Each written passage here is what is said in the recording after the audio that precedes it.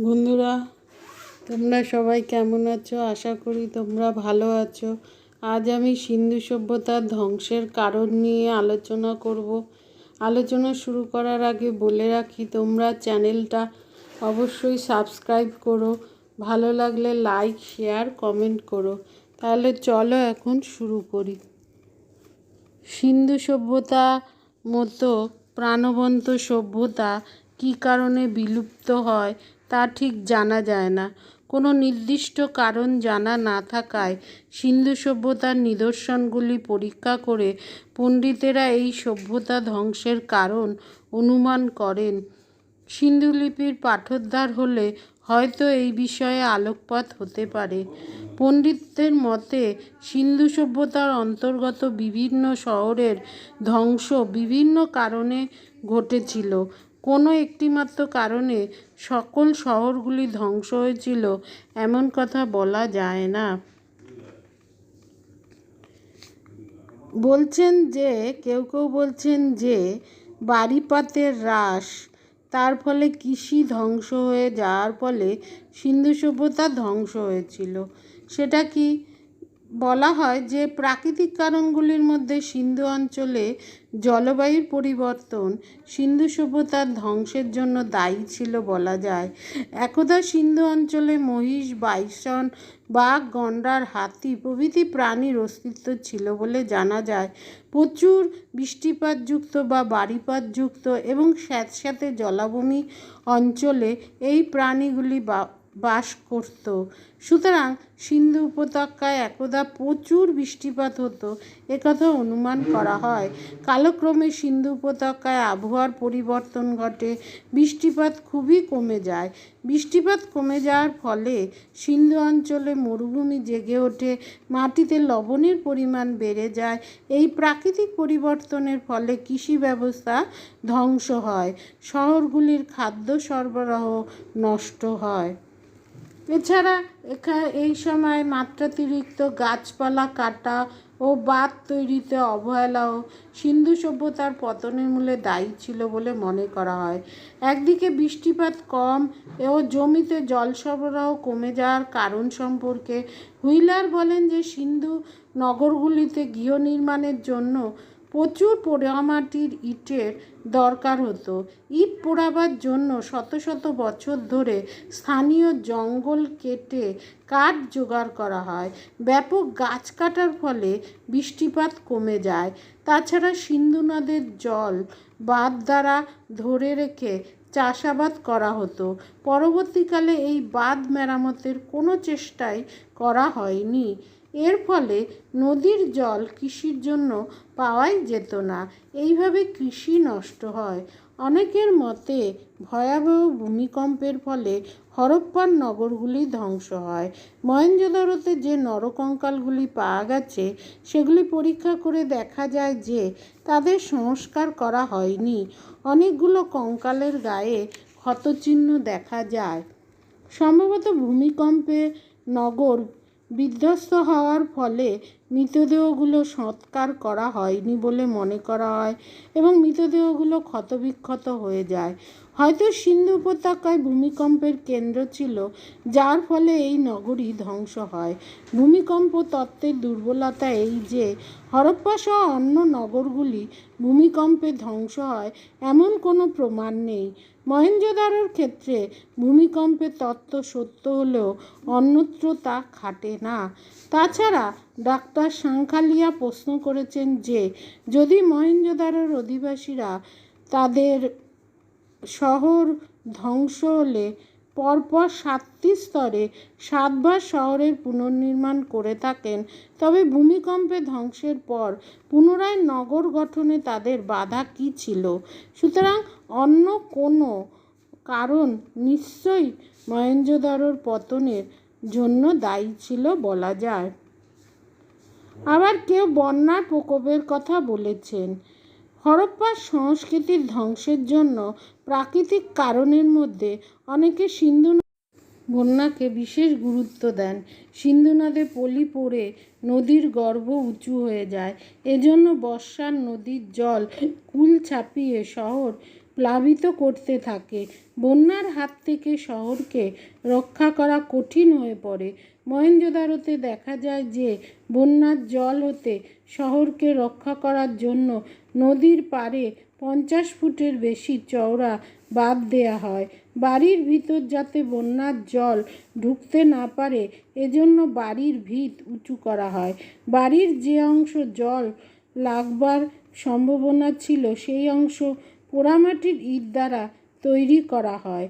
মহেঞ্জোদারো দুর্গের জল নির্গমের নালীতে যাতে বন্যার জল প্রবেশ না করে এজন্য এই নালীকে 14 ফুট উঁচু করে পুনরায় তৈরি করা হয়। এই সকল নিদর্শন থেকে একথা প্রমাণ হয় যে বন্যার তাণ্ডবে মহেঞ্জোদারো শহর ধ্বংস হয়েছিল। লোথালেও বন্যার চিহ্ন দেখা যায়। সুতরাং এই শহরের ধ্বংসের জন্য বন্যার প্রকোপ বড় কারণ ছিল বলে একথা বলা যায়। কিন্তু হরপ্পার ক্ষেত্রে বন্যার তত্ত্ব সম্ভবত কার্যকরী নয়। কালীবাঙ্গাতে বন্যায় তত্ত্ব কার্যকরী নয়। এইচ.ডি. সাঙ্কালিয়ার মতে কালীবাঙ্গাতে ঘরঘরা নদীর জল শুকিয়ে যাওয়ার ফলে এই শহর ধ্বংসপ্রাপ্ত হয়েছিল। কেউ কেউ আবার নাগরিক বোধের অভাবের কথা তুলে ধরেছেন। মহেঞ্জোদারোতে পরপর যে 7টি স্তরে এই নগরের ধ্বংসাবশেষ পাওয়া যায় তার উপরের স্তরগুলিতে পৌর প্রশাসনের অভাব দেখা যায়। নিচের স্তরগুলিতে গৃহগুলো যেরূপ পৌর আইন মেনে তৈরি করা হয় উপরের স্তরে তা দেখা যায় না। রাস্তা অবরোধ করে গৃহ নির্মাণ, গলি অবরোধ করে ইটের পাজা নির্মাণ, কূপ খনন, বড় বড় কক্ষগুলিকে ভাগ করে ক্ষুদ্র কক্ষে পরিণত করা ইত্যাদি নাগরিক আদর্শের অবনতি উপরের স্তরগুলিতে দেখা যায়। শহরের এই অবনতি লক্ষ্য করে অনেকে বলেন যে মহেঞ্জোদারো শহরে অকস্মাৎ ধ্বংস না হয়ে ক্রমে ক্রমে ধ্বংস হয়। হুইলার মন্তব্য করেছেন যে পরবর্তী যুগের মহেঞ্জোদারো এবং আনুমানিক হরপ্পা পূর্ববর্তী যুগের তুলনায় দরিদ্র ও হতশ্রী ছিল। নাগরিক বোধের অভাব অন্ততপক্ষে মহেঞ্জোদারো নগরের পতনের কারণ ছিল এতে সন্দেহ নেই। হরপ্পার ক্ষেত্রে অনুরূপ অধঃপতনের চিহ্ন দেখা যায়।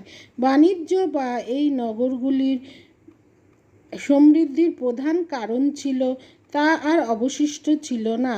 কৃষির কাজেও অবহেলা দেখা যায়। নদীর বাঁধগুলির মেরামত করার অবহেলা দেখা যায়।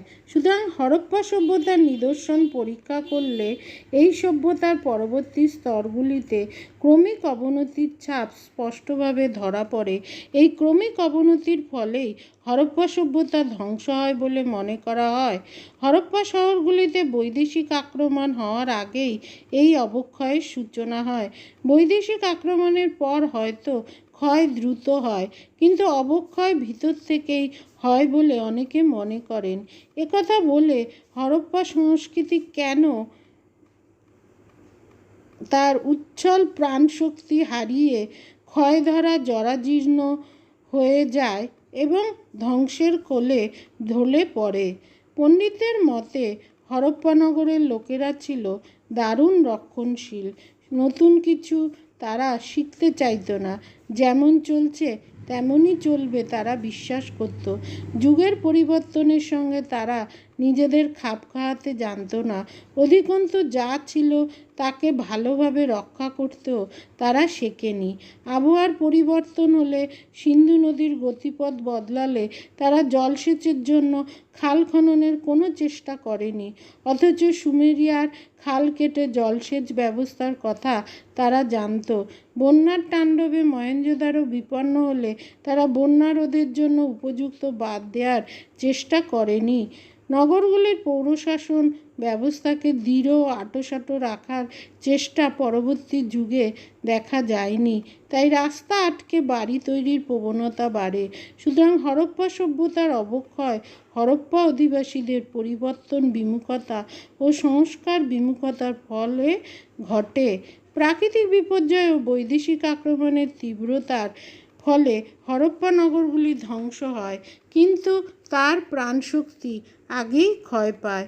এছাড়া মার্টিমার হুইলার প্রভৃতি পণ্ডিতেরা মনে করেন যে বহিরাগত আর্য জাতির আক্রমণে সিন্ধু সভ্যতা ধ্বংসপ্রাপ্ত হয়।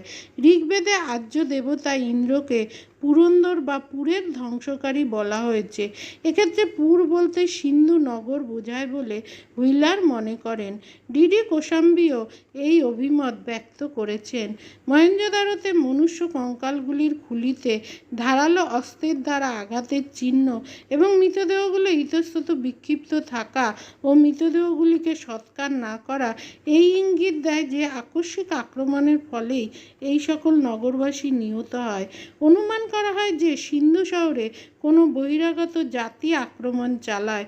এই বহিরাগত জাতিকে আর্য জাতি বলে মনে করা হয়। প্রত্নতাত্ত্বিক প্রমাণ থেকে দেখা যায় যে সিন্ধু সভ্যতা ধ্বংসের কাল আনুমানিক ১৫০০ থেকে ১৪০০ খ্রিস্টপূর্বাব্দ।